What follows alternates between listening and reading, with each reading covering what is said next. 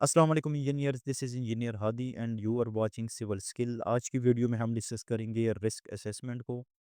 Risk assessment एक complete document होता है प्रोजेक्ट का, जो एचईसी डिपार्टमेंट यानी हेल्थ एंड सेफ्टी डिपार्टमेंट इसको तैयार करती है। कंप्लीट जितनी भी प्रोजेक्ट के रिस्क आते हैं कंप्लीट इसमें इन फ्यूचर भी देखा जाता है और इनकमिंग इंजरीज वगैरह भी देखी जाती है। स्टार्ट करते हैं अपने आज के इस टॉपिक को। ये बहुत ही ज़्यादा इंपॉर्टेंट टॉपिक है। रिस्क असेसमेंट क्यूसी की इंटरव्यू में भी अक्सर पूछी जाते हैं। सेफ्टी के लिए तो ये मस्ट है क्योंकि सेफ्टी तो इसको तैयार करती है। तो हम आपके साथ इस वीडियो में इसका जो फॉर्मेट है वो भी शेयर करेंगे, कौन इसको तैयार करता है, किस तरह तैयार करता है। तो हम इसको आगे प्रोसीड करते हैं। स्टार्ट करते हैं अपने आज की इस टॉपिक रिस्क असेसमेंट। सबसे पहले हम इसकी डिफिनीशन देखते हैं, फिर आगे जिसके ऑब्जेक्टिव और कंटेंट है और इसका फॉर्मेट है आगे मैं आप लोगों के साथ शेयर करता हूँ। Risk assessment is the process of identifying, evaluating and analyzing potential risk that could negatively impact an organization, project or system। कहते हैं कि रिस्क असेसमेंट एक प्रोसेस है जो आइडेंटिफाई करता है, जो हमें दिखाता है प्रोजेक्ट के रिस्क। ठीक है, जितनी भी हमारे साथ प्रोजेक्ट पे रिस्क आते हैं, इंजरीज आती है, अनपोटेंशियल इवेंट आते हैं, या हमारे पास जितनी भी नेगेटिव इम्पैक्ट आता है प्रोजेक्ट पे, उसको क्या करता है, असेसमेंट करता है, असेस करता है। असेसमेंट का क्या मतलब है कि आपको आइडेंटिफाई करता है। दूसरा डिफिनीशन क्या है, it is a formal and systematic process use to identify potential hazard that could harm people, property and environment. कहते हैं कि रिस्क असेसमेंट में क्या होता है कि ये एक फॉर्मल और सिस्टमेटिक प्रोसेस है जो आइडेंटिफाई करता है किस चीज़ को, आपकी प्रोटेक्शनल हेजर्ड को। हेजर्ड मतलब है कोई आपकी नेचुरल डिजास्टर भी इसमें आ सकता है, कोई ऐसी इलीगल काम भी आ सकता है जो हार्म करता है आपकी पीपल को, प्रॉपर्टी को, एनवायरनमेंट को। ठीक है, एक सिंपल डिफिनीशन है, दो डिफिनीशन मेरे एक ऊपर जो से risk assessment is the process of identify, evaluating and analytical protectional risk. It is a formal and systematic process used to identify potential hazard that could harm people, property and environment। Second definition इसका simple है कि एक formal and systematic process है जो identify करता है, हमें क्या आइडेंटिफाई करता है, हेजर्ड को। कौन से हेजर्ड, वो हेजर्ड जो लोगों को नुकसान पहुंचाए या प्रॉपर्टी को या एनवायरनमेंट को नुकसान पहुंचाए। ठीक है, ये इसकी बेसिक डिफिनीशन है। आगे चलते हम इसकी ऑब्जेक्टिव देखते हैं। Objective of risk assessment, prevent accidents, injuries, deaths. ठीक है, ये हमें बचाती है एक्सीडेंट से, इंजरी से या मौत से। Prevent ill health and disease. ठीक है, किससे बचाती है हमें, इल से, डिसीज वगैरह से, बीमारी वगैरह से। इंश्योर लीगल कंपेलेंस, इसका मतलब है कि आप लीगल कंपेलेंस मतलब एक लॉ होता है हर प्रोजेक्ट पे, हर हर जगह अगर हम देखा जाए तो एक रूल एंड रेगुलेशन होते हैं। हम अगर उसको फॉलो करें तो रिस्क की जो इंजरीज वगैरह ना, जो हैजर्ड वगैरह है, उससे हम आसानी से बच सकते हैं। इन्हांस ऑपरेशनल एफिशिएंसी, इसका मतलब है कि हम एक एफिशिएंट तरीके से इसको, रूल को एंड रेगुलेशन को इम्प्लीमेंट करें ताकि हम इंजरी से बचा सकते। प्रोजेक्ट पे, ये कंस्ट्रक्शन प्रोजेक्ट पे जो एचईसी डिपार्टमेंट होता है, इसकी बहुत ज़्यादा रिस्पॉन्सिबिलिटी होती है। मेन जो चीज़ है वो इंसान की इंजरीज है। ठीक है, उससे बचाती है। और इस जितनी भी कंस्ट्रक्शन प्रोजेक्ट में इस पे आपकी ऑब्जर्वेशन दिए जाते हैं। अगर कोई बगैर शूज़ की भी काम करे ना या ग्लव्स की, तो एग्जांपल एक इलेक्ट्रीशियन है, इलेक्ट्रीशियन काम कर रहा है, वो बगैर ग्लव्स के इलेक्ट्रिक वायर्स में लगा है, तो ये एक रिस्क है, उसकी लाइफ की रिस्क है। तो एक सेफ्टी इंजीनियर, सेफ्टी सुपरवाइजर जो होता है ना, सेफ्टी ऑफिसर होता है, वो उस पे एक ऑब्जर्वेशन जारी कर सकता है इस पे। ठीक है, आगे हम चलते हैं। हमारे पास जो मेन इसकी कंटेंट है, रिस्क मैनेजमेंट है, रिस्क आइडेंटिफिकेशन है, रिस्क असेसमेंट है, रिस्क मिटिगेशन है, रिस्क मॉनिटरिंग है। अब हम इसको आगे डिटेल से पढ़ते हैं। रिस्क मैनेजमेंट में क्या है हमारे पास, रिस्क आइडेंटिफिकेशन में क्या है, identify and recognition potential risk or hazard that could impact on project or intensity. एक सिंपल अल्फाज ये है ना कि रिस्क आइडेंटिफिकेशन, आइडेंटिफाई की क्या मतलब है। आइडेंटिफाई का मतलब है कि हमें शनाख्त करवाता है किस चीज़ को, रिस्क को। ठीक है, यहाँ जो बताया गया, identify and recognise potential risk on hazard that could impact on project. वो हैज़र्ड को इम्पैक्ट करता है, जो वो हैज़र्ड को आइडेंटिफ़ाई करता है जो प्रोजेक्ट को आपके इम्पैक्ट कर ले। वो ह्यूमन लाइफ़ भी आ सकती है। रिस्क असेसमेंट क्या है? Evaluating the identify risk to determine their likelihood of occurring and their potential impact. Risk assessment ये है ना कि हम पहले से ही रिस्क को आइडेंटिफाई कर लें कि अगर हम इस चीज़ को फ़ॉलो ना करें तो ये हमें इंजरीज़ आ सकती है, ठीक है? तो अगर एग्ज़ाम्पल हम एक काम करें, अगर वो रिस्क है उस चीज़ में, तो क्या हो सकता है उसका इम्पैक्ट किस चीज़ पे पड़ सकता है? प्रोजेक्ट पे पड़ सकता है। अगर एक लेबर को भी एक नुकसान पहुँचे तो वो आपके प्रोजेक्ट पे बहुत ज़्यादा इम्प्लीमेंट एक नुकसान इम्पैक्ट कर सकता है आपको। रिस्क मिटिगेशन क्या है? हम developing and implementing strategies to reduce the probability or impact of identify risk. This could involve risk evidence, risk reduction, risk transfer or risk acceptance, ठीक है? मिडल ईस्ट में जितनी भी प्रोजेक्ट होते हैं ना, कंस्ट्रक्शन या कोई भी डिपार्टमेंट होता है ना, इसमें जो हेल्थ है ना आपकी एचईसी डिपार्टमेंट को बहुत ज़्यादा प्रेफर किया जाता है, क्योंकि यहाँ इंसान की कदर है। तो जिस कंट्री में कदर होती है ना, तो उसकी हेल्थ एंड सेफ्टी को भी प्रायोरिटी ये लोग देते हैं, ठीक है? जितनी भी प्रोजेक्ट है और बहुत ज़्यादा ज़्यादा ये इंसान की लाइफ के साथ जुड़ा हुआ है। तो यहाँ पे जो जिम्मेदारी है ना, वो एक रिस्पॉन्सिबिलिटी एचईसी डिपार्टमेंट पे बहुत ज़्यादा रिस्पॉन्सिबिलिटी होती है।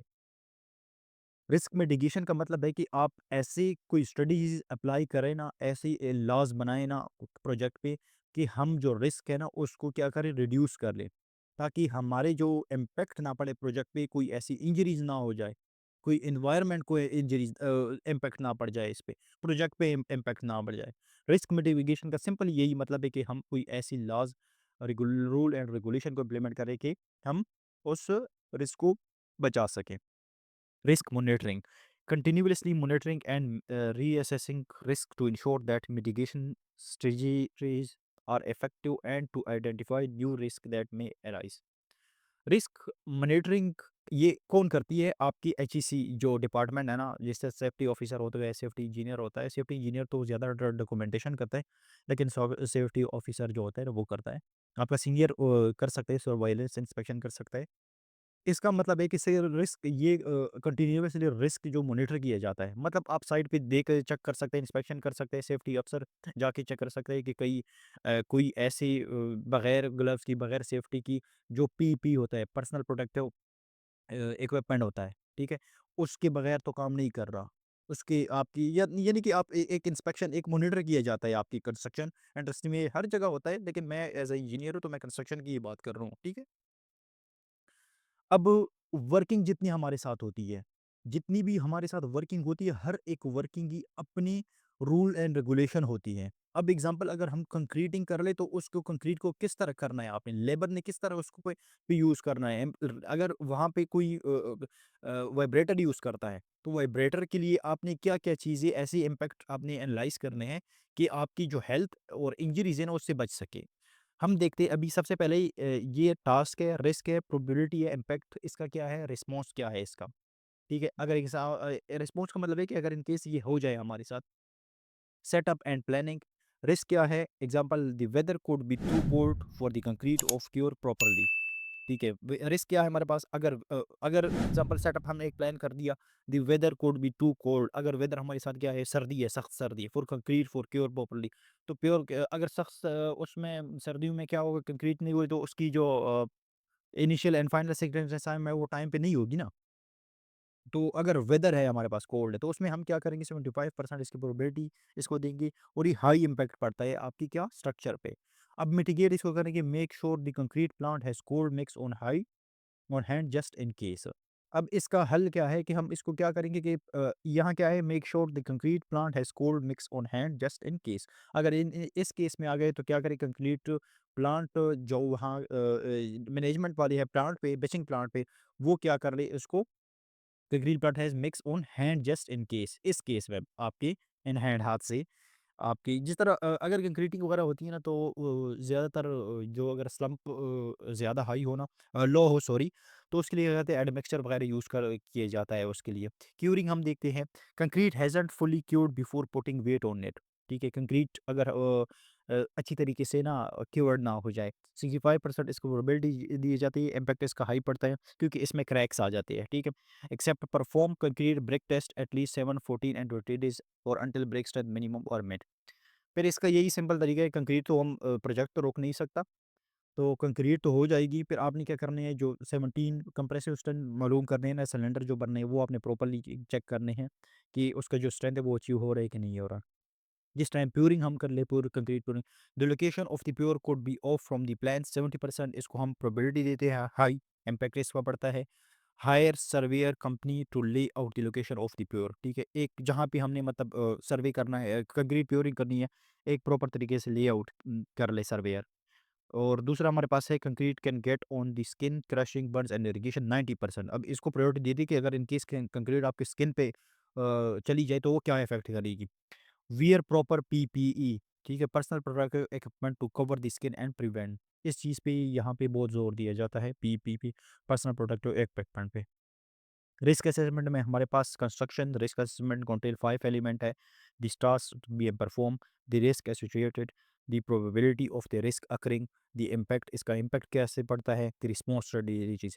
इसका मतलब है ना कि आप टास्क को अगर परफॉर्म करें हैं, रिस्क जो इसके साथ जुड़ी हुई हुई है, ठीक है। आप अगर इन केस रिस्क हो जाए, अकर हो जाए वही रिस्क हो, तो इसका इम्पैक्ट क्या पड़ेगा और आपका क्या इम्पैक्ट हो रिस्पॉन्स होगा। आपने फिर क्या करना है, उसका रिस्पॉन्स देना है। अब मैं आप लोगों के साथ इसका फॉर्मेट शेयर करता हूँ, जो रिस्क असेसमेंट तैयार किया जाता है उसका फॉर्मेट मैं शेयर करता हूँ, किस तरह हर वर्क का अपना रिस्क असेसमेंट होता है, अपनी इसकी मिटिगेशन होती है, अपने लॉज एंड रेगुलेशन होते हैं। अच्छा, ये हमारे पास हमारी इस प्रोजेक्ट का रिस्क असेसमेंट रिपोर्ट था, और किस चीज़ के लिए था, हमने कलर का ग्रेड करनी थी पेविंग पे, जो रोड वर्क रिलेटेड पेवमेंट होता है उस पे।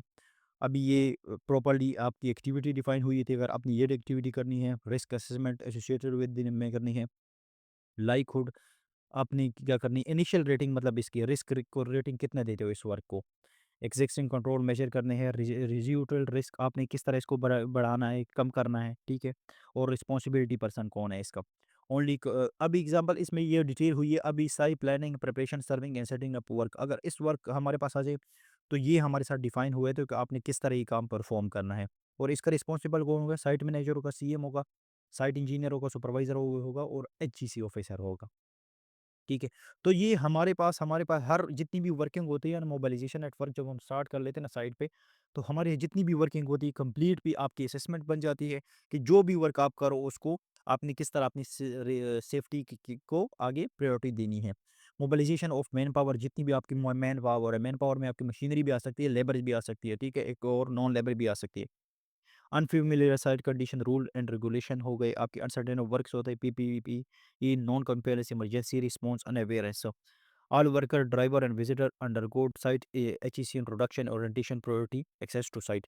अच्छा, यहाँ पे जितनी भी वर्क होती है ना, सुबह सुबह जितने एचईसी डिपार्टमेंट है वो सबको आप एक इंट्रोडक्शन देता है, ठीक है, मतलब ओरिएंटेशन उसको कहते हैं। जितनी भी साइट पे वर्क करता है, सेफ्टी इंजीनियर जो होता है, सेफ्टी ऑफिसर होता है, तो वो आपको एक इकट्ठा कर लेता है, जितनी भी वर्कर होते हैं उसको एक ओरिएंटेशन समझा लेता है कि आपने किस तरह काम को, जो वर्क हो रहा है उसको किस तरह का परफॉर्म करना है, सेफ्टी के ख्याल, सेफ्टी के हवाले से मतलब ये होता है। और इसका रिस्पॉन्सिबल साइट जितने भी साइट के स्टाफ होता है वो साइट मैनेजर होता है, और एचईसी का जो ऑफिसर होता है वहाँ एचईसी सुपरवाइजर अगर हो, एचईसी ऑफिसर और एचईसी इंजीनियर, तो उसका रिस्पॉन्सिबल होगा, ठीक है। अब ये कंप्लीट है, ये मैं आप लोगों को डिस्क्रिप्शन लिंक में दे दूंगा, वहाँ से आप डाउनलोड करके इसको खुद ही स्टडी कर ले। और ये जो तैयार करता है, इंटरव्यू में ये पूछ सकते हैं आपसे कि जो रिस्क असेसमेंट है कौन तैयार करता है, ये आपका तैयार करता है एचईसी डिपार्टमेंट। अब एचईसी में अगर एचईसी डिपार्टमेंट में एचईसी इंजीनियर कंपिटेंट है तो वो तैयार कर लेता है, नहीं तो ये एचईसी मैनेजर तैयार करता है, ठीक है। फिर आगे ये चला जाता है क्लाइंट के पास, यानी कंसल्टेंट के पास चला जाता है, वो अप्रूव चेक कर लेता है उसका भी, जो एचईसी मैनेजर होता है वो चेक कर लेता है, तो वो अप्रूव कर लेता है, फिर ये आपके इम्प्लीमेंट होता है साइट पे। तो ये कंप्लीट है, कंक्रीट प्योरिंग है, जिस तरह ये कंक्रीट प्योर आपने किस तरह करनी है और इसकी कंप्लीट डिटेल है। क्यूरिंग आपने करनी की किस तरह करनी है, यूज़ ऑफ सीलेंट किसने करनी। अच्छा, ये हर एक्टिविटी है, अगर स्टील हो ना, अगर आपने स्टील फॉर्म वर्क चेक करना है या आपने इसको फोर्थिंग करनी है ना, तो उसकी अपनी असेसमेंट होती है, रिपोर्ट होती है, वो तैयार होती है, ठीक है। ये कंप्लीट हर एक्टिविटी का अपना अपना, तो आपने मतलब किस तरह वर्क परफॉर्म करना है, किस चीज़ से आपने ख्याल रखना है कैसे, ठीक है। तो ये था रिस्क असेसमेंट। एक इम्पोर्टेंट डॉक्यूमेंट है, आपको इसके कंटेंट, ऑब्जेक्टिव पता होने चाहिए और क्या इसकी हम गाइड किस तरह हम इससे बच सकें और हम इसको किस तरह इम्प्लीमेंट करें साइट पे, ठीक है? तो ये थी आज का टॉपिक, किसी भी रिलेटेड क्वेश्चन हो तो आप कमेंट सेक्शन में पूछ सकते हैं। Thank you.